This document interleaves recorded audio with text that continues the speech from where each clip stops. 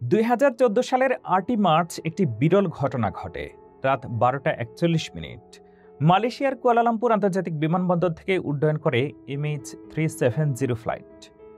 Boeing 777-200 মডেলের এই যাত্রীবাহী বিমানটিতে ছিলেন মোট 239 জন আরোহী। এর মধ্যে 12 জন ক্রু এবং 227 জন যাত্রী। যাত্রা শুরু করার মাত্র 40 মিনিটের মাথায় বিমানটির সঙ্গে নিয়ন্ত্রণ কক্ষের সব ধরনের যোগাযোগ বিচ্ছিন্ন হয়ে যায়। বিমানটি রাডার থেকে অদৃশ্য হয়ে যায় এমন এক জায়গায়, সেখান থেকে কোনো মেসেজ বা সংকেত আর পাঠানো হয়নি। এই অদৃশ্য হয়ে যাওয়ার ঘটনাটি ঘটেছিল মালাক্কা উপসাগরের উপর দিয়ে যাওয়ার সময়। কিন্তু রহস্য এখানেই শেষ নয়। পরবর্তী স্যাটেলাইট ডেটা বিশ্লেষণ করে দেখা যায় বিমানটি পূর্বের দিকে না গিয়ে উল্টো দিক অর্থাৎ দক্ষিণ দিকে মোড় নেয় এবং সম্ভবত ভারত মহাসাগরের দিকে দীর্ঘ সময় ধরে উড়ে যায়। এই ঘটনার পর 10 বছর ধরে চলা অনুসন্ধানে ব্যয় হয়েছে $250 মিলিয়ন বেশি। প্রায় 46,000 বর্গমাইল এলাকা জুড়ে জলে, স্থলে এবং আকাশে চলে অনুসন্ধান।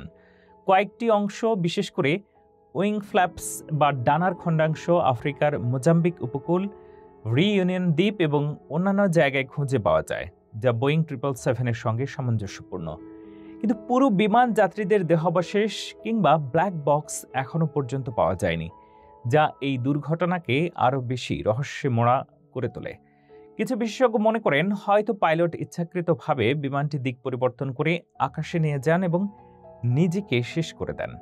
বিমানের ফ্লাইট সিমুলেটর থেকে পাওয়া কিছু তথ্য এমন সম্ভাবনার ইঙ্গিত দেয়। আরেকটি তথ্য হলো, বিমানে হয়তো বিদ্যুৎ বা প্রযুক্তিগত ত্রুটি ঘটেছিল। কিছু সময় পরে আগুন বা ধোঁয়ার কারণে যন্ত্রপাতি অকার্যকর হয়ে যায় এবং বিমানটি ঘোস্ট ফ্লাইটে পরিণত হয়। অনেকে সন্দেহ করছেন এটি হাইজ্যাকিং হতে পারে, কিন্তু কোনো সংগঠন দায় স্বীকার করেনি এবং এমন কোনো সুনির্দিষ্ট তথ্য মেলেনি। একটি আলোচিত ষড়যন্ত্র তত্ত্ব হলো, হয়তো কোনো সামরিক বাহিনী ভুল করে বিমানটি গুলি করে ফেলে এবং বিষয়টি আড়াল করার জন্য প্রচেষ্টা চালানো হয়। তবে এই দাবির কোনো বাস্তব প্রমাণ পাওয়া যায়নি। এত বছর কেটে গেলেও নিখোঁজ যাত্রীদের পরিবার এখনও উত্তর খুঁজে ফেরেন। প্রতি বছর 8ই মার্চ তারিখে মালয়েশিয়া, চীন, অস্ট্রেলিয়া সহ বিভিন্ন দেশে স্মরণ সভা হয়। পরিবারগুলো আজও দাবি করে, আমরা জানতে চাই আমাদের প্রিয়জনদের সেদিন কি হয়েছিল। বিশেষজ্ঞরা বলছেন এটি প্রযুক্তির এক দুঃখজনক সীমাবদ্ধতা প্রকাশ করেছে।